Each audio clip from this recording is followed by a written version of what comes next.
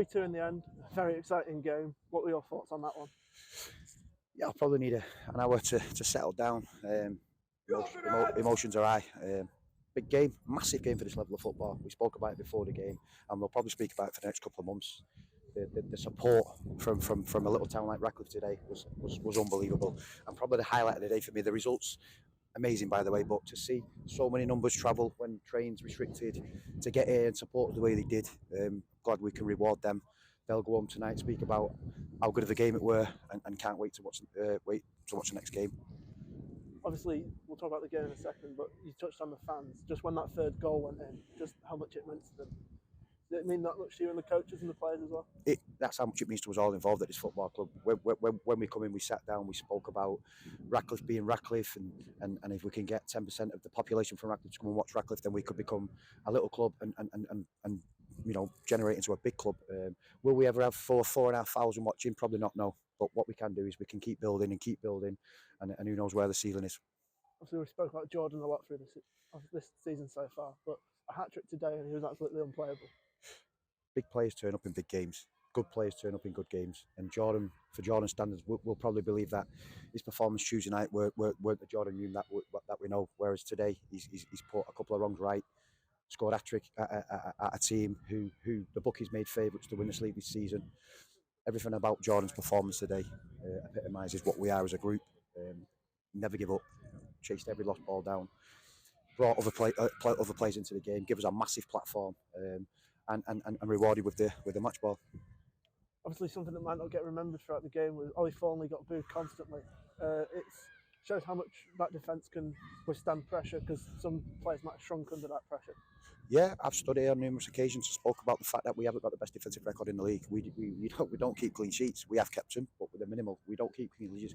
We try to be an exciting team on the front foot, and with that, we expect to score goals, and we know we're going to concede goals. So for the likes of Ollie, Jamie Morgan, Scott Duxbury, Richard Smith, Lois Maynard when he drops in there, Harry Brockbank, as a defender, you want to keep clean sheets, and when you've got two managers that are telling you to let the reins off and go and get numbers in the box. We've got our right back crossing the ball and our left back getting on the end of it. A lot of managers don't abide by that and think that's a little bit ludicrous. But we don't. We want to be exciting. It's what brings fans in.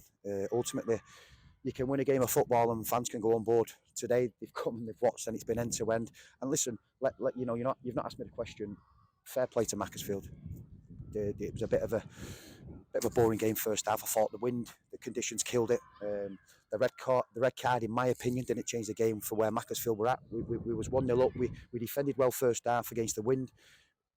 It'd have been great to get in at half time 1-0 down, but Macclesfield lost that fear, if that's what it is you call me, and I don't want to use the word fear and then be insulted by that. But what I mean by that is it was probably a game that Macclesfield could not lose today at all costs. We was a little bit tight. Both sides was tight. The minute the kid got sent off, they sort of regenerated some energy and lost that sort of anxiety and fairness, and they played on the front foot and was rewarded massively by that, by the way. And fair play to the managers, they was brave. Alex, went one up top, 2 banks of 4, and they did well. But I'm not going to stand there and patronise them because we fell on the right side of the result. It was a good game. It had all the making to be a good game.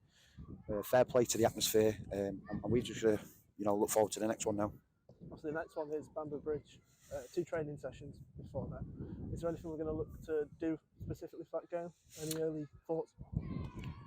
The one thing we can't coach is complacency. We can ask the lads to go and do the right thing. We can ask them to not go out tonight and not go out on Sunday. And this group of players have got us to where we are. Top of the league. With a game in hand, we're not going to start changing things now. Like I said, the thing we touched on is complacency. That's not something we can instill into the players. That's not something we can coach. We can ask them. But when we do our recruitment in the summer, we look at these things and we look at the players that have been there and done it. Do we trust them? Do they do the right things? And ultimately, if they don't, then that reflects bad on mine and John's recruitment prior. They will go out tonight and they will enjoy it, and rightly so. But it's really understanding that we've got a big game Saturday. We've got to do the right things Tuesday and Thursday, and may that momentum continue.